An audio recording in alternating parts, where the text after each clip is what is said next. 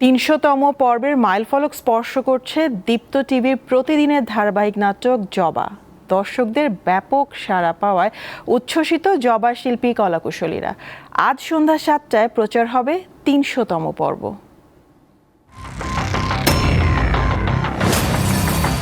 মাটির মেয়ের আকাশ ছোঁয়ার গল্প স্লোগানে ২০২৩ সালের প্রথম দিন থেকে দীপ্ত টিভিতে প্রচারিত হচ্ছে প্রতিদিনের ধারাবাহিক জবা। তোমার সবার সামনে মাফ চাওয়া উচিত।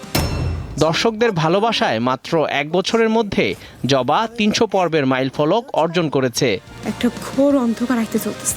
দর্শকের যে আকাল চলছে সেই সময়টা দীপ্ত টিভি যে তার নাটকগুলো দর্শকপ্রিয়তা পাচ্ছে, এটাই কিন্তু অনেক আনন্দের এবং অনেক গর্ব হয় যে মানুষ আসলে ভালো জিনিস হলে দেখতে চায়।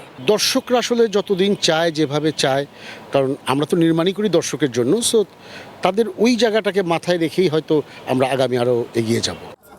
শুটিং সেটে কেক কেটে বিশেষ এই মুহূর্তটি উদযাপন করেন জবার শিল্পী, কলাকুশলী ও দীপ্ত টিভির ঊর্ধ্বতন কর্মকর্তারা।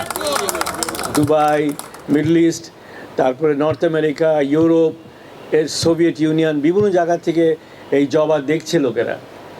১৭২টা না কয়টা দেশ থেকে আমাদের এই নাটক ওরা দেখে। এত ওয়েল অর্গানাইজড একটা টিম, মানে জবার টিমটা, যে আমরা খুব বেশি আমাদেরকে হ্যাসেল করতে হয় না জবাকে নিয়ে। তারা একই সাথে টেকনিক্যাল অ্যান্ড কোয়ালিটি খুব সুন্দরভাবে ম্যানেজ করে যাচ্ছে আর কি। ড্রামা, সাসপেন্স ও রোমান্সে পরিপূর্ণ জবা নাটকটিতে নতুন নতুন চমক যেমন থাকছে, পাশাপাশি থাকছে বিভিন্ন বৈচিত্র্যময় চরিত্রের সন্নিবেশ। একজন চটপটিওয়ালা, সে আমাকে মিঠু নামে চেনে। সে আমাকে বলে যে ভাই, আপনি আপনার মায়ের সামনে গিয়ে একটু সাহস নিয়ে কথা বলতে পারেন না। এটা হলো অ্যাচিভমেন্ট। দর্শকরা যেভাবে ভালোবাসা দিয়ে গেছে, যদি কিনা সেইভাবেই ভালোবাসা দিয়ে যান, আজকে তো কেবল ৩০০ পর্ব, পরবর্তীতে এই নাটক জবা নাটক আমরা ১০০০ পর্বে নিয়ে যেতে পারবো। আমি যেন প্রতিদিন সন্ধ্যা ৭টায় দীপ্ত টিভিতে প্রচারিত হচ্ছে জবা। এছাড়াও দেখা যাচ্ছে দীপ্ত প্লে ও দীপ্ত টিভির ইউটিউব চ্যানেলে। জবা। জহিরুল মোহসান, দীপ্ত সংবাদ, ঢাকা। ও রাত